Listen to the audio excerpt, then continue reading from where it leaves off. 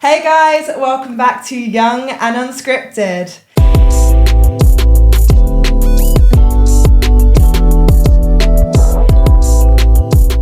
Today we have on a really exciting guest. We have on Selorm Adonu. Welcome, Selorm. Thank you. How are you? I'm good. I'm excited to be here. This is a nice vibe, so thank you for having me. No, of course. Yeah. So, can we just start off by telling me about your background and how you got into the industry? Cool. So I am a actor, writer, producer, and co-founder of a production company called XVI Studios. I've been acting for years, a few solid years now. Yeah. And I started off by going to the BRIT School, but also did like stagecoach and stuff like that. And from there is where I sort of developed my production company. And since then, I've been making short films. I've been working on a lot of TV projects as an actor myself, a lot of theatre projects. And the goal is to just keep going and to keep making more. Amazing. So you said you went to the BRIT School. Yeah. So did you go from sixth form or did you go from your 10? No, I went from sixth form at BRIT School. I did BRIT Kids, which is like these Saturday classes. So I did those when I was young. But yeah, joined BRIT School post 16. So. And were you in the acting strand? Yeah, theatre strand. But again, because I do a lot of other stuff, I was really close to like the dance students or like the film students and the art students, because these are other stuff that I wanted to do. So even though I was a theatre student, I was like, do you know what? Let me chill with the dance students this time, or the art students this time. So I was around. How did you find it in terms of like everyone there's obviously creative, everyone wants to get into the same industry? Yeah. Did that really help you springboard into the industry, or do you actually find that it was more of a really competitive environment? No, I feel like it definitely gave me a drive. I think as well, I got to BRIT School last minute, so I was on the reserve list. So when I got to BRIT School, when I got in, it was like on the last minute, someone's dropped out. Do you want to go? And I was supposed to be going to a private school before, or like this school that I didn't want to go to. So when I finally got the offer that someone had dropped out, that gave me a huge drive to want to really take the opportunity. So as soon as I came in, yes, my mentality was, oh my gosh, I'm surrounded by all these people who have gotten into the BRIT School first time.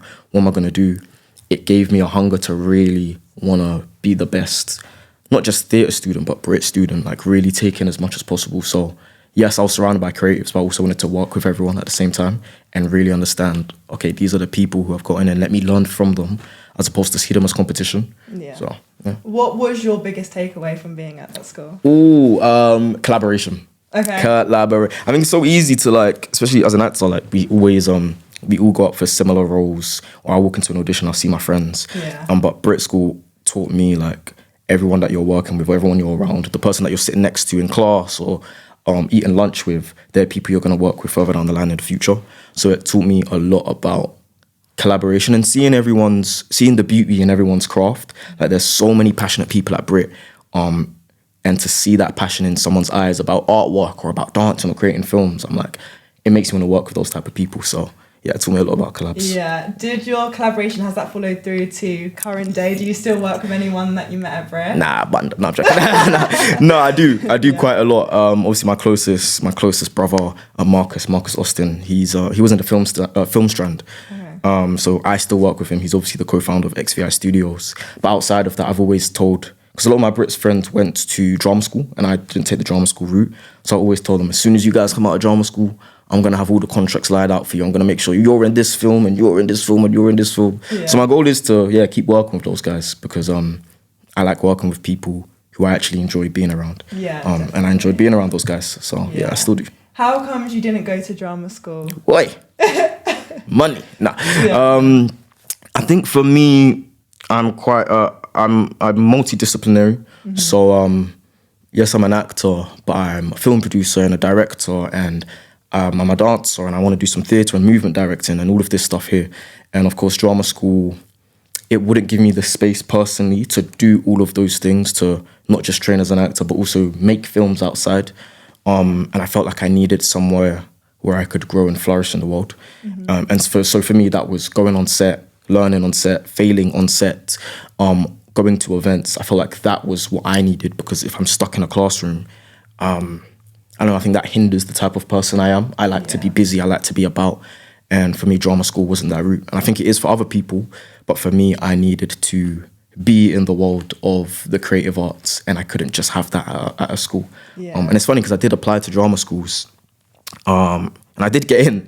But it was just a lot, and I think it was very much a split decision. It was very much a split last minute. Do you know what? I'm going to decide not to go.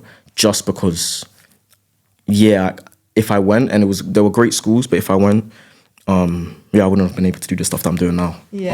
Because I was going to say, you're a very driven person. Like, thank you. Genuinely, I've never seen anyone I appreciate that. And I feel like, obviously, I have friends at drama school, and the one challenge that they have is that they're not really able to work outside of that. So was that like a massive factor for you? Because I feel like you want to keep on going. Yeah, huge factor. I just want to keep doing stuff. I really love it, and I like meeting people. I like going out. I think that's a core part of this whole arts. And also, whilst I was at BRIT School, that was when I wrote and made Man to Man. And BRIT School supported that fully, but they were very much like, okay, wow, you're doing a lot of stuff outside. And it didn't hinder me from like the work I did at BRIT. I still achieved like top grades, but I knew that if this is what it looked like whilst at BRIT School, imagine what it could look like at like a drama school. I'm quite self-motivated, and I knew that for me, if I'm in that environment, it might just pull me back a little bit, just for me personally. How do you keep up with the training then? I mean, I know you do so much. Because I guess some people will then argue, oh, well, if you're not at drama school, how are you getting the training? How are you practicing your craft? A lot of young companies. So amongst making my own films, it is insanely important to keep training. So I made a young company. I then did Originate, which is at Theatre Peckham, and then I did National Youth Theatre Rep Company.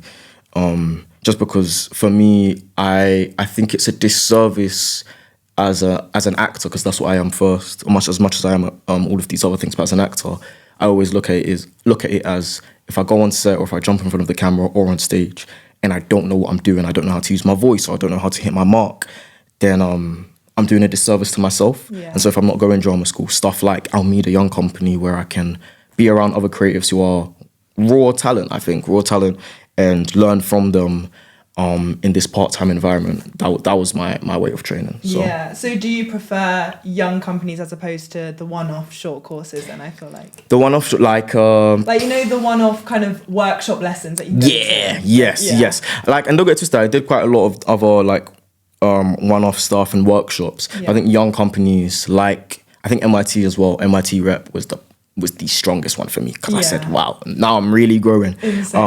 But it allows you to, one, for me, do other stuff outside, but two, keep on learning and keep being around people who are just as hungry and just as committed without the sort of institution of a drama school environment. And I think sometimes workshops, they're a one and done. I think workshops are great. And I was still doing workshops whilst doing all of these young companies. But if I wanted something long term, so I could constantly track my progress, then young companies for me was where I was at. So. Well, you say obviously with MIT and with your other young companies, you were able to then do other things outside, but especially for MIT, it was so full on. So how did you manage? Generally? How did you manage to do No clue. No clue. Guys, like, so whilst I was at MIT, I think I booked 3 jobs. So I started MIT with a show called Brothers Keeper that I did at Theatre Peckham. So I wrote and starred in it, and it was a 2-man show. Which was insane, Thank you, appreciate that. So good. Which was nuts. And then did G at the Royal Court. And then I moved on to, no, it was just those 2 actually. But I just came off of a series called Curfew. So doing all of that whilst at MIT was, like, I genuinely have no clue. And I'm really lucky that I had the support of all of my people at Rep, like my young company. I feel like everyone did look after me and supported me in that growth process. But it was a lot of self-motivating. And there was a lot of, I always believe if you really want it, if you're hungry for it, you're going to go and get it, or you'll find the time to make it work. So it was definitely a fine line between, one, making sure I'm resting, because MIT is so full on. And so making sure I'm sleeping good, doing my workouts, eating the right food, doing all of that self-work is going to be important for me to get on stage and do a show at the Royal Court. Because if I'm not doing all of that stuff and looking after myself as a human being, I'm not going to be able to do my job as a performer. So it was a lot of that. So let's talk about your projects then, because you've done a lot. Let's start with Man to Man, which is incredible again as well. It's amazing. So what was your process? How did you come up with the idea for Man to Man? Yeah, so Man to Man came from me being a 18-year-old at BRIT, who, like I was saying, I had my agent, but like, again, as an actor, you come into a room, you do an audition, you get turned down. You come into a room, you do an audition, you get turned down. Yeah. Man to Man was my way of, okay, cool, I can't fully control the decision process that happens with cast directors and directors. What can I control? And for me, that was writing and creating my own projects. So Man to Man, one came from talking to a lot of my friends and my boys and personal experiences about fatherhood and what it means to be a man. And usually we joke about it like, yo, my dad don't even chat to me, or my dad does this. And I was like, how can we make something serious about this? Because what would happen if I put my boy in a conversation with his dad and they just had to talk and they just had to open up? Yeah. And Man to Man came from that sort of version for me as well. So it just came from me writing an idea. I literally wrote out a father and a son talk in, and as a joke, it was like a boxing ring, because for me, a boxing ring was like the grittiest place I could think of for two men, or three men genuinely, to have a conversation. So it came from these sort of ideas and sparks from my community and myself. Okay, and what was the process for it? So you started with the idea. And then what was the process? Because also I know you've got David Harewood on there, who is an insane actor. So how was the process? Yeah, it was, so I worked with a production company called Fully Focused. I was part of their young team there. They've been the ones who have grown me as the person I am today from like the start. And Fully Focused, I was running their social media. So once I gave them the idea, I said, I really want to write this project and act in this project. I then pitched for some funding in front of them with a small pot of money.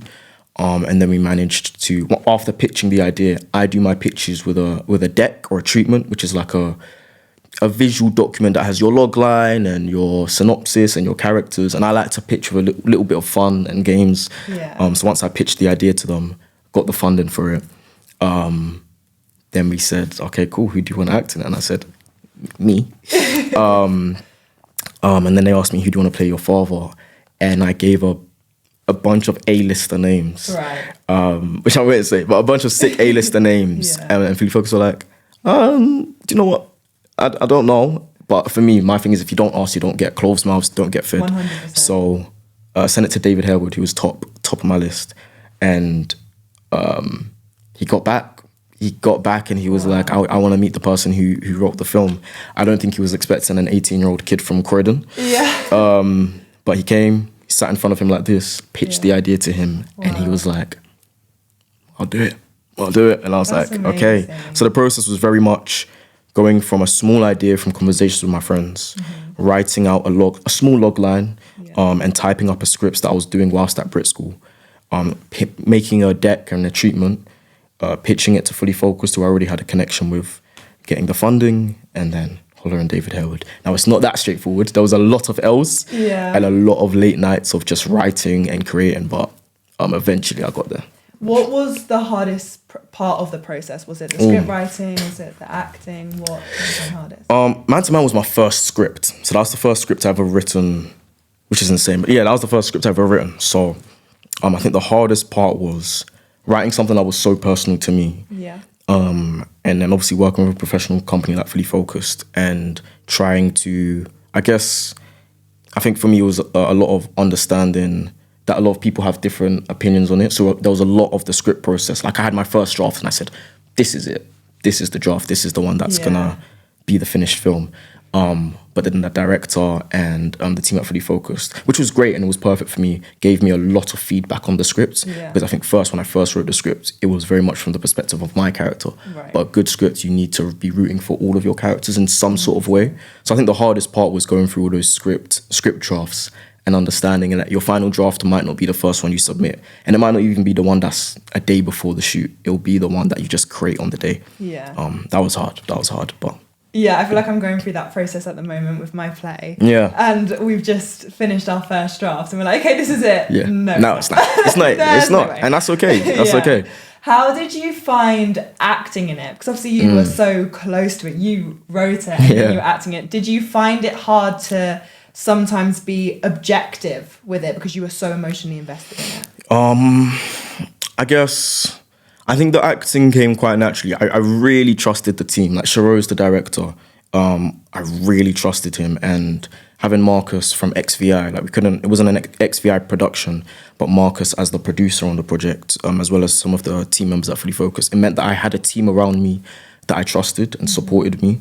So it meant that as a writer, I could let go and just focus on the acting, because I trusted that my director and my producer and my Dommy, who was the DOP, would be able to take my vision to the next level. And they really did. They really, really did. And sometimes it's not easy to like let your baby go. Yeah. But I knew as an actor, I have to be able to do that so I can focus on my job as an actor, especially going head to head with David Harewood. I can't be thinking about punctuation and if at this, I can't be thinking about all of that. So it's got to be in the moment. You have to be in the moment. So yeah, very collaborative process. I'm really lucky with them. What was your biggest takeaway from that project? Wow. I bet there were loads. There was a lot. My biggest takeaway, I think from the entire project, just being audacious and bold. Like, Man to Man wouldn't have happened if I wasn't bold enough to ask Fully Focused, 1, I want to make this project. Yeah. To 2, pitch it. To 3, sit in front of David Harewood and pitch this idea. To promote it all over socials. To take it to LA. It was like very much a process of, if you don't ask, you don't get. If you don't take the risk, nothing's gonna happen. So it definitely has taught me, and it's made me who I am now, as someone who is just gonna take the risk and see what happens. To not be afraid. And I think it is okay to have some sort of fear and anxiety about this process, because it's about this industry, because it's a lot. But I think using that fear to fuel you and to guide you, I think is a really beautiful thing. So it's taught me to be audacious about everything. Which is a great attribute to have. Because I think, you've just got to go out there and see what you can do and just hope and almost sit in the delusion sometimes. Yeah, like, I can do this. Be Delulu a little bit. Yeah. Be Delulu. So can we talk about XVI Studios Productions, your production company? Mm-hmm. How did it start? Nuts. So XVI Studios started with me and Marcus at BRIT School. And me and Marcus had a film that he had to do for his project at BRIT School, and he brought me on to do it. And I was just joking around, and he was like, you know what, this guy's kind of funny, we can make some stuff together. Unfortunately, Marcus lost a friend to knife crime, and so he brought a script to me, and he said, bro, I really want to make this project, and I want you to act in it, and I want to use people from BRIT School. So it came from a hard place. It came from a place of pain, but a place of wanting to empower the community and not just tell a random knife crime story, but a story about a young boy who lost his life. And when me and Marcus connected over the script and over working together, we genuinely enjoyed working together and growing together, and seeing a bunch of people from BRIT School, our community, come together for we shot a party scene, and seeing everyone from our school come through and support us was like, wow, okay, we could make something out of this. Yeah. So it definitely came from just our heads coming together and saying, okay, if this was what we can make with no money and school equipment, bro, imagine what we could make in the outside world. Yeah. So it definitely was like a lot of that. And at school, at BRIT School, a lot of people knew us as, we weren't called XVI at the time, we were called something really corny, I think like YBK. Okay. But a lot of people now knew us as that. Yeah. And so we just thought, let's see what happens when we take it to the outside world. So that's where it came from. Why XVI? Where did that name come from? XVI because we started when we were 16. Okay. And the Roman numerals for 16 are XVI. Wow. So that's where it came from. And it's a lot of, we want young people to come through into the industry and sort of be these bold, like sort of gladiators, these sort of soldiers, these people who aren't scared of the industry. And so the whole idea of the Roman numerals, it has that sort of energy behind it of, we're not afraid to divide and conquer when we go to events, or to take opportunities that we believe that we can take to the next level. We're not afraid of that. I mean, that's where XVI came from. And now, as we've grown and developed, we use XVI as a way of judging our work. So it has to be excellent, which obviously is E, but excellent. It's got to be versatile, and it's got to have great influence and innovation behind it. Okay. And so if our films have all of that behind it, we know we're making a good film. Yeah. Just as a baseline foundation. I love that. That's so nice. So what is your favourite project that you've done with XVI Studios? My favourite project so far is a film that we've just done. It's a fashion film that Marcus wrote. It's insane. I hope he doesn't mind me saying this. Wait, no, it's actually insane. It's a beautiful film. It's a fashion film about immigration. Okay. I'm not gonna release it just yet because I'm excited for people to see it when we drop it. But the film was one of the best experiences I've had. Like, we took a team of people out to Wales, so taking a group of people from London to Wales and shoot in the mountains and dance and be artistic and visual. I think that's definitely been my favourite film. That being said, though, I do want to throw in London's Curse, A Letter to My Government, because that's where me and Marcus started, which is a political spoken word film about bringing the community together and asking the community and the government to come together to address knife crime and to address what it looks like. So instead of us doing a knife crime film, London's Curse / A Letter to My Government was a film of how can we bridge the gap between the community and the government. And that's, I think, one of my favourites as well, just because of the power behind it. And we've taken it to schools. So. With your work, do you find it really important to kind of speak to the wider society then? 'Cause obviously you talk about doing things with knife crime. I know you did Knives Down as well. Yeah, with Idris. So is it really important to you to then give a message to society? Yeah, I think there's levels to it. I think I don't want to be in a generation where we become numb to the world around us. I think we sometimes take for granted how fortunate we are in the worlds that we live in. And for example, like, I've got clothes on my body. There are people who don't, you know, and there are people outside suffering. And so I think sometimes it's easy to scroll on social media and then TikTok and be numb to all the things that are happening on the outside. There's wars going on. And so if there's a way where, and I do this in all of my work, whether it's spoken word or art or dance, one, make audiences feel comfortable with the visuals and the stories, but then for them to leave and think, wait, there was a message there that I could be doing more, or I could create something for myself, I think it's important. However, just as well, I love a comedy and I want to do some comedies one day.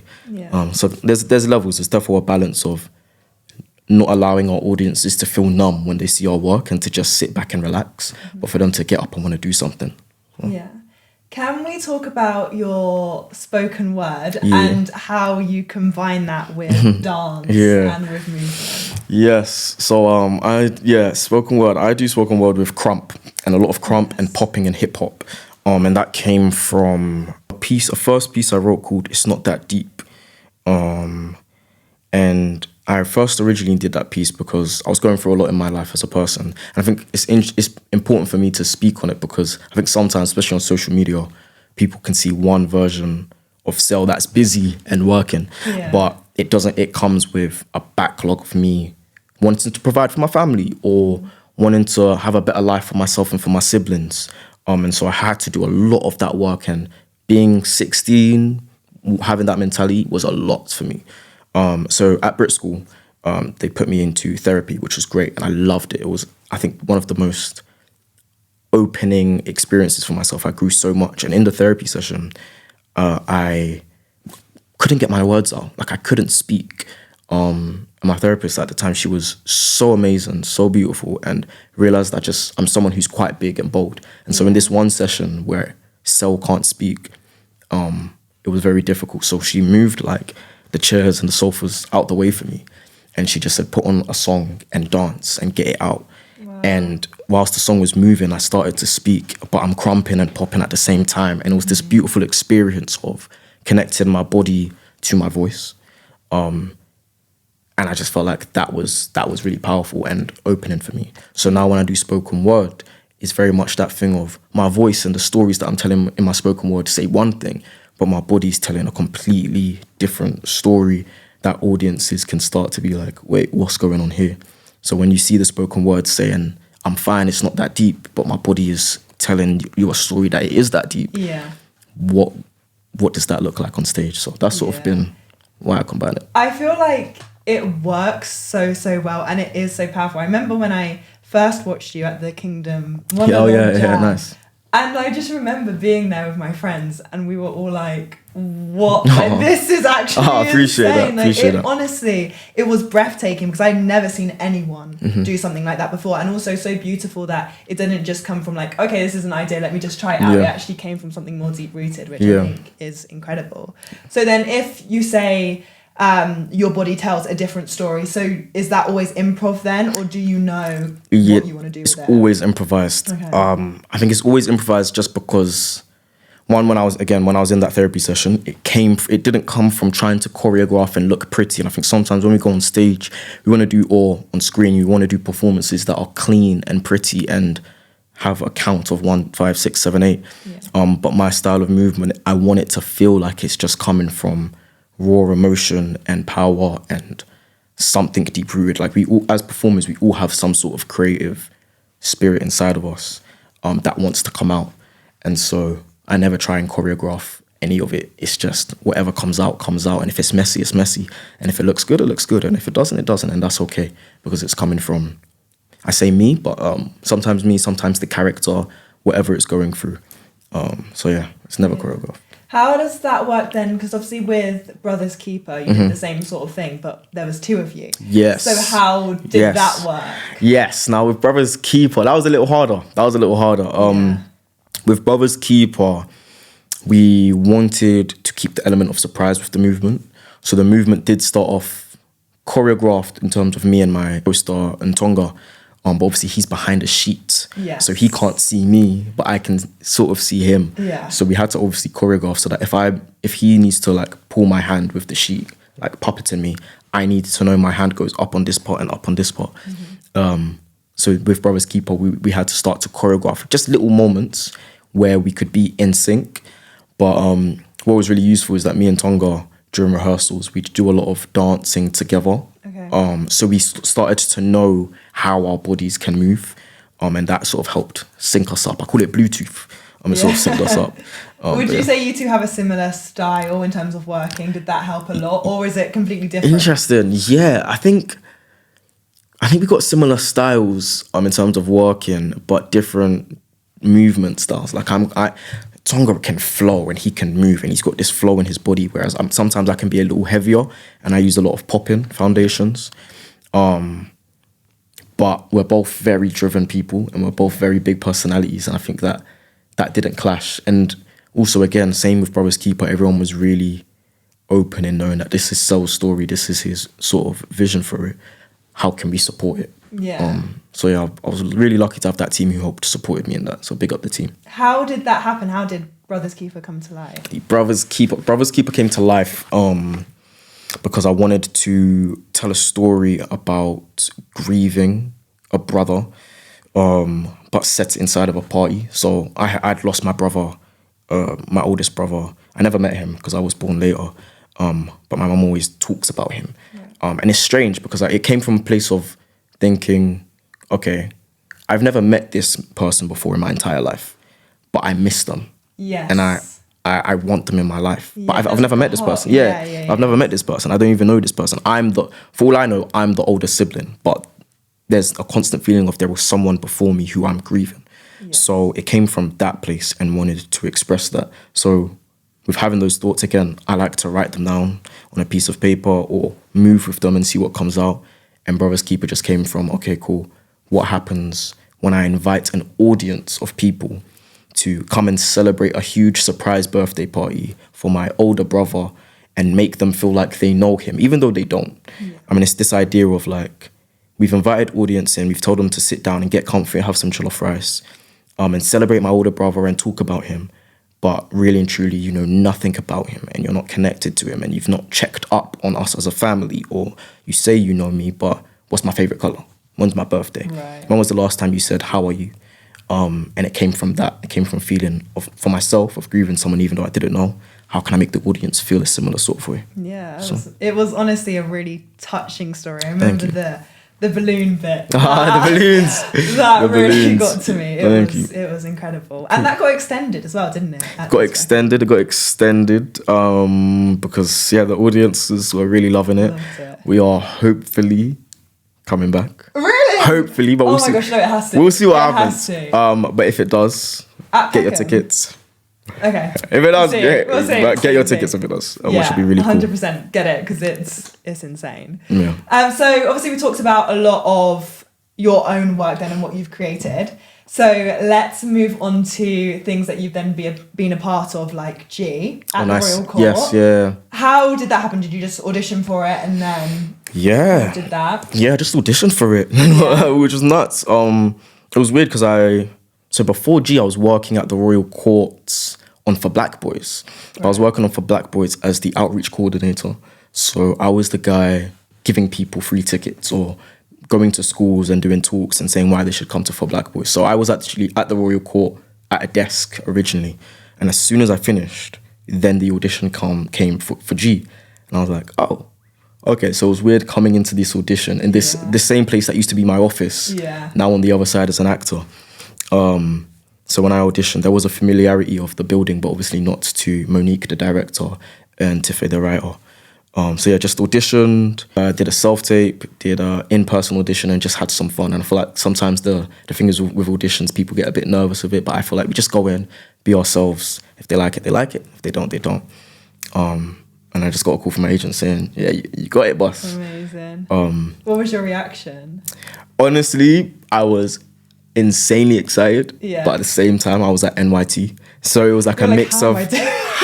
no, everyone's gonna hate me. I'm gonna have to leave and all of this stuff. And I was like, I'm gonna have to do a huge speech and tell my people at rep. And NYT is a huge commitment. Yeah. And I didn't want to be the guy that just left because he's booked a job at the Royal Court.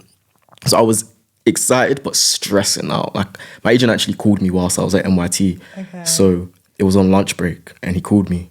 He says, yeah, you've got the job, but I'll give you a second to chill. So I'm at NYT, like, trying to stay super calm. With everyone, like, try not to let it out. Try not to let it out. Yeah.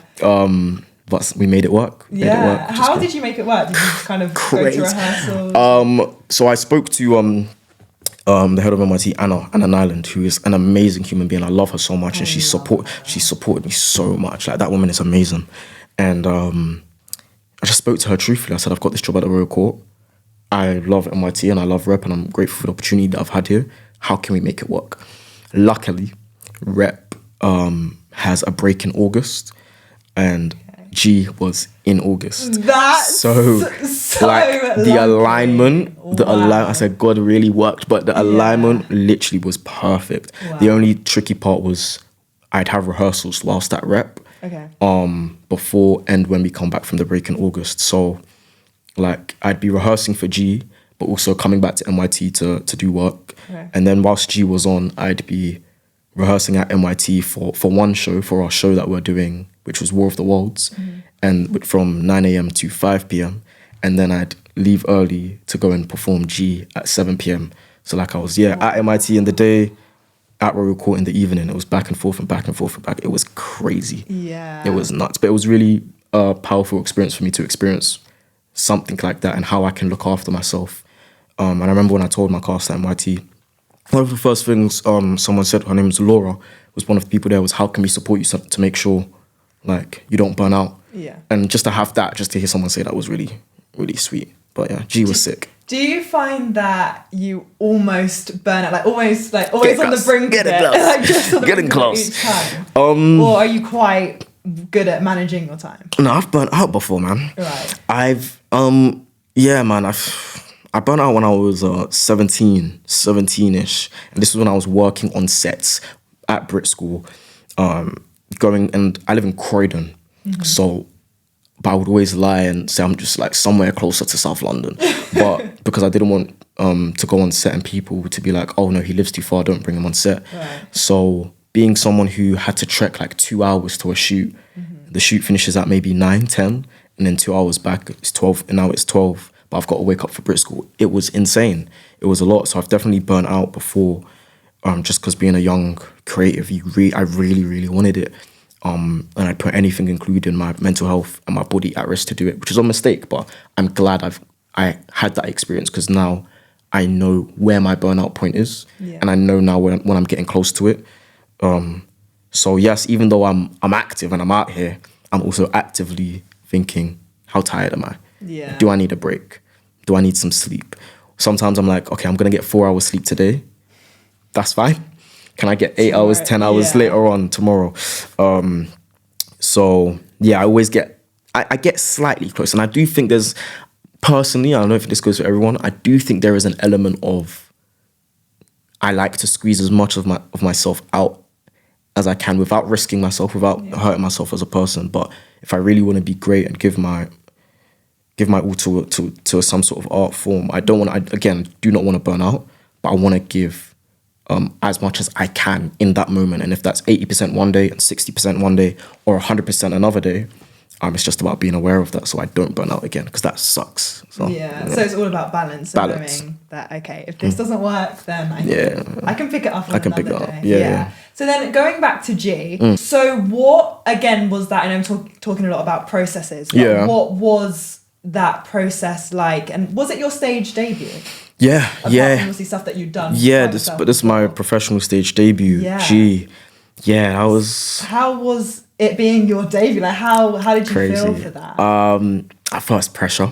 Yeah. Obviously, my 2 co-stars, Ebenezer and Kadisha, so they were amazing. But beforehand, I was like, oh my gosh, these guys have gone to drama school. I've not gone to drama school. I've just done BRIT School. How am I going to be able to really keep up? But again, like, I feel like I've gotten really blessed. And I talk about community and support a lot because that's genuinely how I've gotten to where I am. Like, the process was very much Monique, the director, was like, we're all here together to tell this story. So give what you can to this process. We did a lot of working out in the mornings with an amazing movement director called Chloe Dean. And so it was a lot of building up ourselves physically, so we are physically fit to do a long run on the stage at Royal Court, but also being disciplined to run vocal warm-ups between the 3 of us as a cast, and run lines, do speed runs of lines. So yeah, the process was tough, and there was a lot of pressure, but the team did make it easy to be like, so we've got you on this, you're killing it. Let's work together to make it happen. So. Yeah. How do you work with imposter syndrome then? Deeper. How do you say to yourself, no, I deserve to be in this space. I got here on my own accord. Yeah. How do you work with that? Heavy affirmations. Like, my family know I'm quite loud in my house, but I always wake up and say, I'm gonna conquer today. Like, I'm very much heavy on like self-motivating myself, because sometimes, as much as I talk about my community, they're not always going to be there, and I'm not always going to have people around, but I've got myself, and I'm proud of myself. So even if it's moments where I can tell myself, so I'm proud of you, or like I look back and I can be like, so you've done your thing, it just helps me a little bit to really give myself that boost, because I'm quite independent on that front. And so to be able to wake up and say, do you know what, I'm a king and I've got this, or bro, you're really sick at this thing, or I'm powerful, or I am strong, and I scream that. It's not like it's not a quiet thing. It's something that I have to believe it. Yeah, it has to be deep rooted. It has to be deep rooted belief. And it might be on days where I'm tired and I don't believe it, but sometimes the delusion, if I'm strong and I'm actually tired, the delusion will take me to believe I'm strong. But yeah, a lot of personal affirmations to make sure I can get to where I am. And I pray a lot as well. Yeah. So, do you find that your religion helps you then in kind of pushing forward and knowing? Yeah, it gives me a belief, like, to know that God's also got me. So as much as I have myself as a human being, to know that God has a place for me, and he's got a structure for me. He's got a plan for me. Yes. I trust in that plan. But obviously as well, faith without works is dead. So as much as I can trust in God's plan, I also need to put in the work on my side. So it's kind of, I see my relationship with God as a partnership, as opposed to, God, you got this plan, run it up. It's more like we're working together to get me to where I want to be in life. Yeah. But again, I have the moments where I fall, but the righteous man falls and he gets up 7 times. So I'm gonna figure that out. Yes. I'm gonna have to keep figuring it out. Yeah.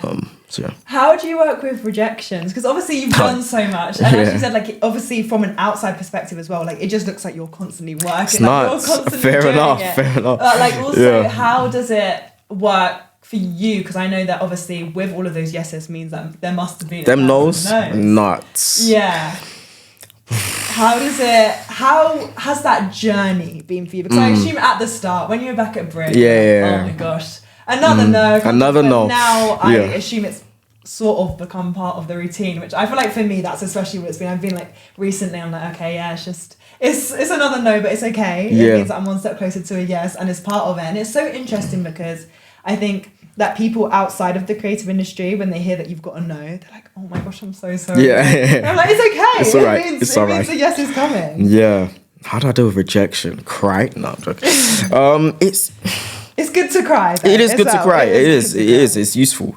And I've loved those moments where I've teared up. I think the rejection for me has definitely been, it makes me hungrier. Mm-hmm. And I think it's nuts to say, but it makes me go, oh, okay. I'm going to take stuff into my own hands. It very much makes me, like, every time I've gotten a rejection before, or like, even with Marcus, and we've like getting rejected from like a film fund, we'll jump on a call and just talk for hours. Like, bro, do you know what? It's fine. We're going to conquer the world. No, we don't even need them. Do you know what? Let's write a script right now. Like, it just charges us. It fuels us to want to prove people wrong or to prove ourselves right. So one as an act, I think the rejection as an actor versus the rejection as a filmmaker sometimes as well. They're quite different pains. They're very different pains. I think as an actor, it feels personal sometimes. And it's not. It's never personal. But it does feel personal, especially when I've been in rooms where I get to like a final round for something. Oh my gosh. And I've been to final rounds for some big projects. But it's just about letting it go. No.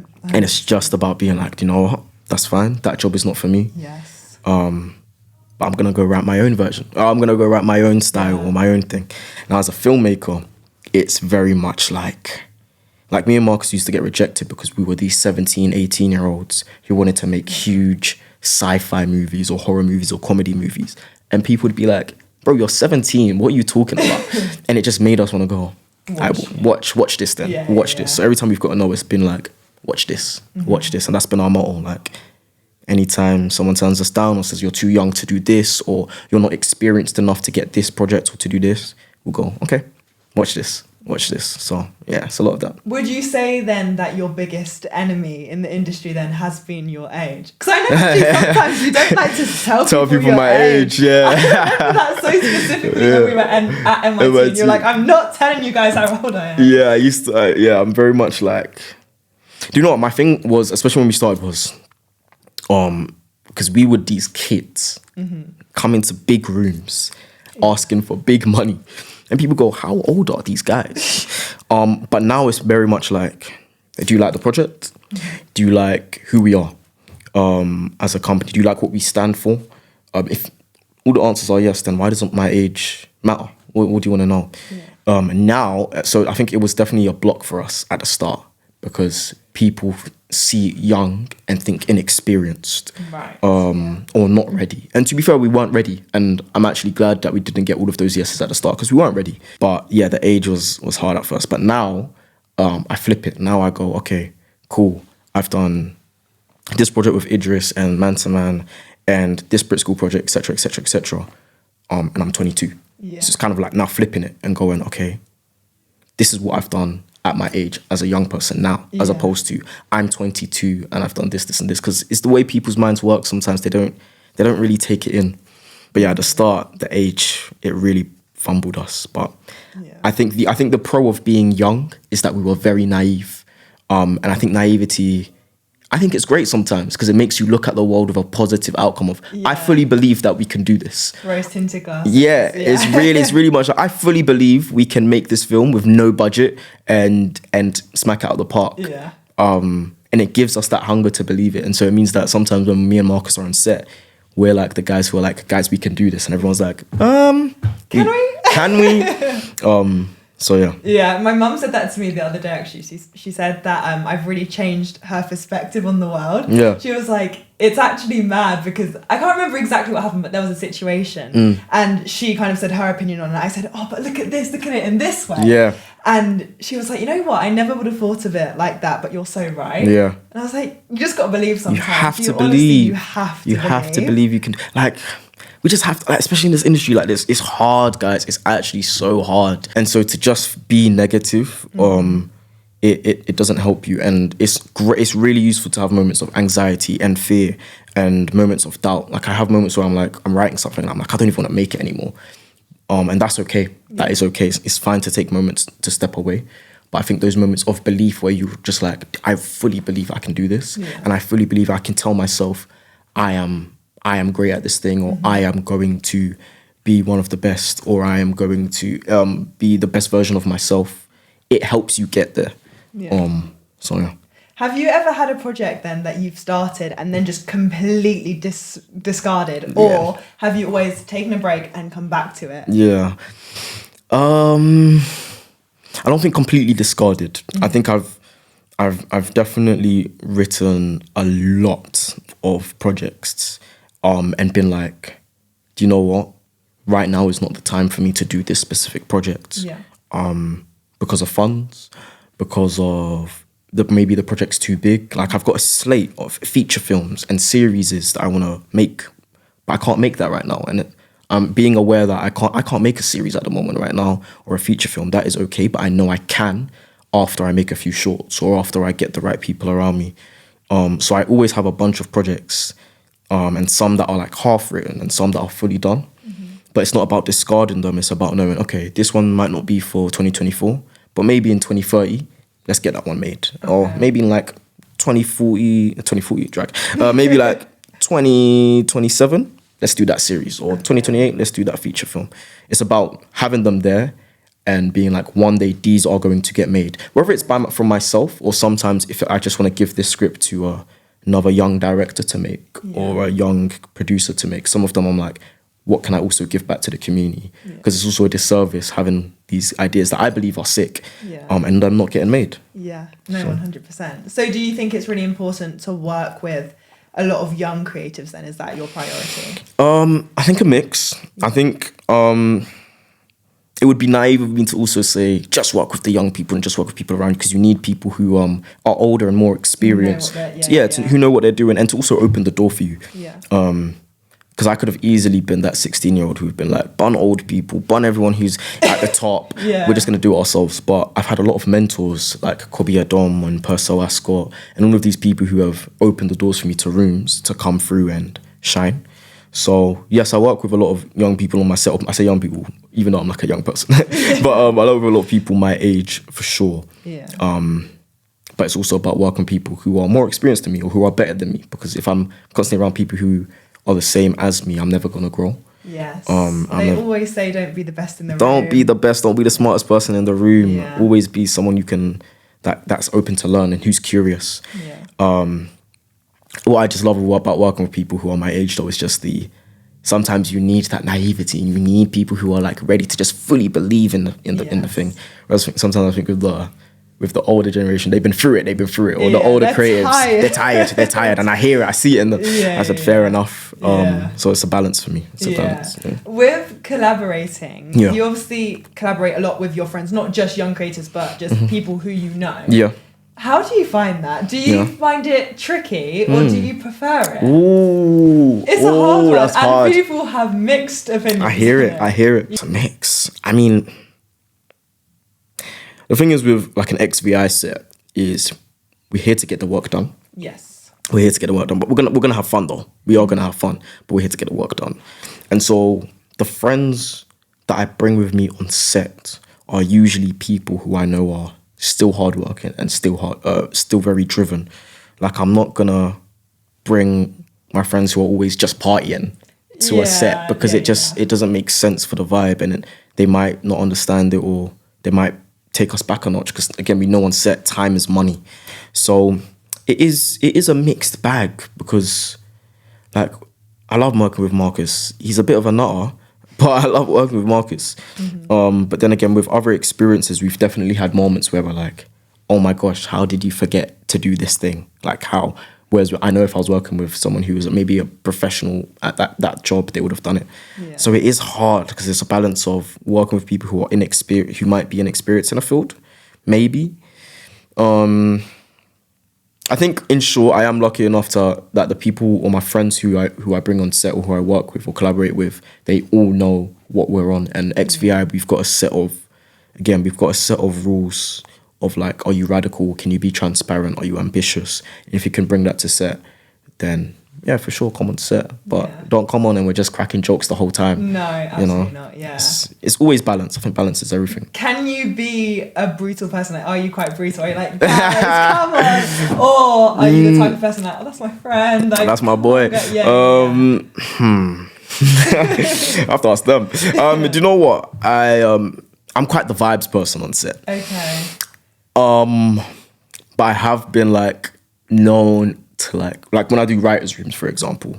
I will definitely steer it into the direction. Like if we're behind, I'm gonna be like, okay, guys, so let's bring it back. Let's bring it back. But I'm never like, yo, let's run it back. Let's focus. Yeah. It's definitely just because I believe like in an environment, if you want to have a good working environment, you need to enjoy the working environment. 100%. And so if for me as a leader, and one day I want to continue being a leader throughout my whole life, if I'm someone who is constantly dominating the space and not giving people a chance to speak or say their opinions or to be themselves, then it doesn't create a safe room, or I say safe space, but who knows what safe space is. So I wouldn't say brutal. I am quite honest, and I am quite like passionate, because I'm passionate about the what we can create. But I'm always going to try and keep it quite vibesy. Yeah. Always. Marcus, on the other hand, he might be a little bit more brutal. Oh, but really? we balance each other But out. because he's a producer, right, you said? Director. So I suppose for him, it's like the whole vision. Whereas if you're actually on the set, if you're acting, you're doing everything as well. Yeah. Then sometimes it's easy to get carried away. Yeah, but it balances. It's a balance. Yeah. What's your favourite thing that you do then? Because obviously you do everything. Truth. You act, you dance, Yeah. you direct, you write. What's your favourite thing? Oh, I don't know. I get asked this question. Like, I really do. I'm the type of person where if I'm doing one thing for too long, I want to take a back pedal and do something else. So like if I'm acting on film for a really long period, let's jump to theatre for a bit. And if I'm doing theatre if I'm doing theatre, how can I find space where I can dance a bit? Or how can I find some time to do some painting? I do a lot of painting and like watercolor stuff. Yeah. How can I find time to take a back seat and do that? I don't know what I like. Of course, like acting has been my first love. Yes. For sure. Like I love being on stage and in front of a camera. Like I do love it and I do enjoy it. But just as much, I love creating a world with my writing. Like I love being able to create something with just, I say pen and paper, but typing it up and seeing it come to life on a page. Just as well, I need to move. Like I'm someone who has to move in order to clear my head. So it's hard to say I can't pick a favourite. Elements of all of it. There's elements of all of it. And you see it in the type of person I am in the work that I create. Like I am someone who, like especially like with Brothers Keeper, I wrote it, I'm starring in it, but there's dance and movement in it. I play piano in it. Like there's moments where I find little bits of everything to come inside. So yeah. So. What do you prefer out of stage and screen? Again, oh my gosh! Hard one. I'm coming with the hard questions. Okay, hard questions. I like it. Hard questions, yeah. Stage and screen. Stage and screen. They're just so different. They are very different, which I can't. Oh man. My agent wants me to say screen. Do you know what though? I love stage a lot. Okay. That might be because I've just finished on my tea and G is done. And I'm moving on to a series soon, so this might change. But I really, really love stage because of how much fun I can have with it. Again, because I'm quite a physical and physically playful person, on stage to have the whole space, especially like with G, like I had a scooter with G, and like to have the space to like use the scooter and to climb up on the stage and to like flip and do stuff on stage, to have that freedom is really exciting for me. Yeah. Which is why I think I do love stage a teeny bit more, and to have an audience, and to have a live audience really reacting to stuff. And sometimes you go back and you're like, okay, that joke didn't land or that moment didn't hit as hard, but with this audience it does. There's something magical in stage, and in stage is where you can really grow as an actor. It's where you're really tired. That's when you're really pushing yourself. Whereas on screen, like I remember doing like little screen projects and I'm learning my lines like a few days before. That can't run on stage. On stage, no, yeah. So yeah, and I think it's also quite different because screen is so technical. Yeah. I feel like when I've done things in the past, it's actually more about, okay, is the camera seeing me from this angle? They need to make sure that this person's here, and it's more technical rather than it being about your craft. Exactly. And I think actually in screen, actors are the very bottom. Exactly. Yeah. You're a small cog. You're a small cog. It's very much about everybody else working around each other to make the vision come to life. Whereas in stage, you definitely have more room to experiment and to play, which obviously as actors, we want to play. We want to play. What do you prefer? Stage. Stage? Yeah. I don't know. I do like screen. It's fun. And I want to get more into screen for sure. Okay, cool. Nice. But love stage. And you know what, I think as an actor, not everyone, but a lot of people who are training, obviously from when they're younger, start in stage. So it's like your foundations, what you know. And I just feel like the training for stage, you can't beat that with the training for screen. Because it's so different. It's so different technically. It's so different. So I'm gonna put stage there. I love it. Yeah. Well, we actually have some questions that people okay. sent through for you. Fun, okay. So let's get on with those. So what advice would you give to your 18-year-old self? 18-year-old self. Which is not that long ago. Not that long ago. Now that people are knowing my age. Yeah. So not that long ago. Put it out to the world. Yeah. 18-year-old, so knowing everything I know now. Yes. Yeah. I don't want him to change. I would generally tell him to keep doing what he's doing. Knowing 18-year-old me, very excited, very impulsive and spontaneous and bouncing all over the walls, which is still me. I'd want him to just keep doing that. Because if I come and tell him, oh, you're going to do all of this mad stuff soon, he might just take a back seat. Yeah. So I'd tell him, keep being audacious, keep being ambitious, and keep taking risks. And that doesn't just go for 18-year-old me, that goes for other 18-year-olds and 16-year-olds. Like that message is for everyone, but specifically for little Sel. Yeah. Sure. Yeah. Would you change anything about your journey? Or would you, even though like knowing everything you know now, would you have wanted the same journey? Or is there anything you would have changed? I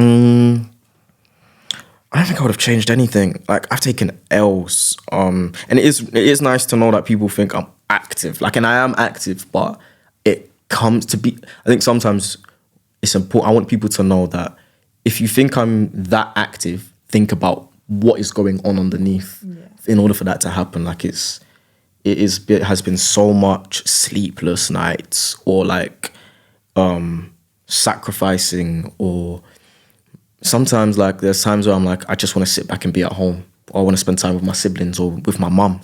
So it's actively having those moments for myself as a human being before as a performer. So I wouldn't want to change any of those L's. I wouldn't want to have changed any of the times where I've broken a piece of equipment, or where I've had my burnout, or where I've cried and had a breakdown before going on stage for NYT. Like I've had moments where I've literally bawled my eyes out and then gone on stage and done a Shakespeare show. Like it's nuts. But I think those moments are needed as a human being. So do you think that having that support, like obviously you talk a lot about your family. Yeah, I love them. They're your biggest supporters. Yeah. Biggest supporters. No. I mean, like, it's like obviously when I started out, I'm a Ghanaian, innit? So coming from Ghana and telling my parents I want to be an actor. Yeah. When they thought I was gonna be like an engineer. Right. It was a bit sticky. It didn't really. But I think one thing that I'm realizing more now, because I used to say, oh, my parents didn't support me with that. But as I grow up, I'm really like, my parents put me into Stagecoach and they put me into Saturday classes. Yeah. Like they clearly saw something in me to put me through those things. So even though their way of showing it, because they're from a different generation, might not have connected with me from this generation now, as I grow, I'm like, do you know what? Like they do back me. I think my siblings are a little harder because my siblings go to school, and when they go to school, their friends will be like, "Oh, we've just seen your brother," and they're like, "We see him at home all the time, eating jollof rice. We don't need to hear you talk about seeing him on an advert or something." But therefore, my mum's my biggest support. Like anytime I've had a hard day or like a long day, like I go to kid mode and I'm just spending time with my mum. Yeah, so that's so nice. Do they keep you rooted then? Yeah. Like I think my mum keeps me rooted in a way where of like support, of like, I believe in you. You are a king. You can do this. My siblings keep me rooted in a way of like, you're not even that good anyway, bro. And I'm like, fair enough. Like I have moments where they're like, yeah, I'm proud of you still, but it's like you're doing all right. Keep going. That's so nice. I feel like that's such a sibling thing. Like they are proud of you, but of course they've got to have they got to poke a little. Yeah, so. And you said you're the oldest, aren't you? I'm the oldest. So, oldest. Younger brother who's 20, and then a younger sister who is 17. Oh, so you're all close in age? We are close in age. We are quite like a unit. Yeah, which I love. that's so. Are they creative as well? Or? No. They are. The thing is, it just had to be me. My parents were like, "It can be you. The rest, no." So no, they're all figuring their stuff out. Nice. So, yeah. Yeah. Okay. Next question. Nice. Who is your dream person to work with? Okay. Wow, that's a good question. Dream person to work with. I'd love to work with Daniel Kaluuya, man. Oh my gosh. I genuinely... How insane. A crossover of you two would be... I would love to work with Daniel Kaluuya. One, just to keep growing and learning as an actor. But again, like I'm inspired by people who are... people who look like me, but also people who have been bold enough to not just act, but to write. And obviously for Daniel Kaluuya to be someone who created his own show, his own Netflix show, I'm just like... that's inspiring. So it would be great to work with him. On stage, I'd love to work with Papa Asedu. I'd love to work. I think I feel like we've got quite similar energies, but it would be cool to sort of. I would want to figure out what his process is. Yes, I'd love to pick his brain. Did you watch The Effect? Yeah. I didn't get to watch it. It was cold. He's cold. Really You're cold. want to watch it. Papa Asedu, just because I'm quite an impulsive actor in terms of like, let's just go off, let's try the script on its feet and let's see what comes out. Just because physically I like to play, but I want to know what his process is a little bit more and see how different or similar ours would be. So yeah. When you go on set, do you ever go to the other actors and kind of ask them about their process? Is that anything that you do? No. Never. Nah, I probably should, to be fair. The next one I will, but I probably should. Now that I think about it, I think set life is so different to stage life though, because on set you go, and there's not really a lot of time to speak to the other actors like that. Yeah. I'm gonna do that next time. That's good. Thank you. Yeah, thank you. Are there any people that you've worked with that you've been kind of starstruck over? Starstruck over? Nah, I'm joking. Starstruck's a big word, but I just inspired to work, grateful to have the opportunity to work with them. I feel like starstruck is a bit dramatic. Like it has to be David Harewood. Yeah. It just has to be David Harewood. Like, I think with Man to Man, it was hard at first to be starstruck. Not hard, but it was like, this is my script, and because I was so involved in it, I was like, I didn't have time to be like, oh, hi David. It was very much like, oh my gosh, like it was very much like I'm locked in on the work. But when I was in the ring with him, toe to toe with him, and I was like, wow, I just shouted at David Harewood, or I've just had a boxing session with David Harewood. Like, that was crazy for me. That was really, really crazy for me. And the fact that was your first project that you made? I was... That's crazy. Yeah, I think Man to Man in general, I think that's been my best project I've ever done in my life. Yeah. Just everything about it, to like being the project. I've always wanted to go to America. So for my reason to go to America to be because of a script I wrote when I was 18. Yeah. It was a crazy one. That's insane. Were you showing it at a film festival? Yeah, so we took it to LA for a film festival. So I spent some time in LA for like three weeks or so. Wow. Screened it there, did some Q&As. Wow. Did a random podcast with someone who saw me. Met Zendaya's dad. That is rad. It was like LA was the wildest experience. Yeah. Don't you find that ever. With LA, did you find that you were just like randomly bumping into celebrities? Yes, it was weird. It's weird, I went to Soho House in LA. Met with Javan Wade, who Pascal Ascot's already my mentor, but Javan Wade from Shiro's Story and from not Titans, I can't remember, but from Shiro's Story, seeing him and him like us having like a conversation, and him really being able to like see who I am, for me to understand him was great. I think meeting Zendaya's dad was wild. Yeah. It was in an elevator. Wild. It was in an elevator and he was just asking about Man to Man.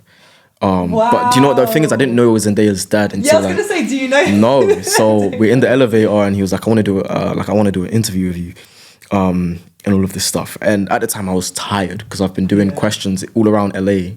So I was just like, yeah, it would be cool, but I just didn't follow through. But I followed him on Instagram. I get home and I'm like, oh, it says in bio Zendaya's dad, and I said, I should have followed. I should have followed through. You could be like, Zendaya knows who I am. You know who I am.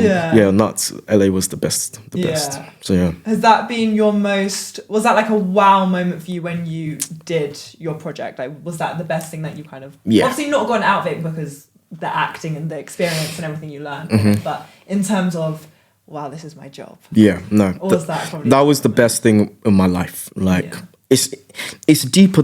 I think it's deeper than going to LA. It was very much like, this is a script I wrote in my bedroom. Like, it started on my phone app, and now this script from my notes app has taken me to across the world to meet celebrities and to do Q&As and to go out and meet other filmmakers. And I made a film whilst I was out there with random other creatives in LA. Like, it was genuinely like, I'd wake up every morning and be like, God, I'm grateful. Yes. God, I'm actually grateful. Yeah. I felt like in America, everyone, especially in LA, everyone was creative, and it was almost abnormal for you not to be creative. Whereas here, it's the other way around. Yeah. I remember I went to Air One. So like, it's literally just, this movie, had to get the Hailey Bieber movie. Yeah. And there was like, I think someone who was working there was a photographer, and I was with Naomi.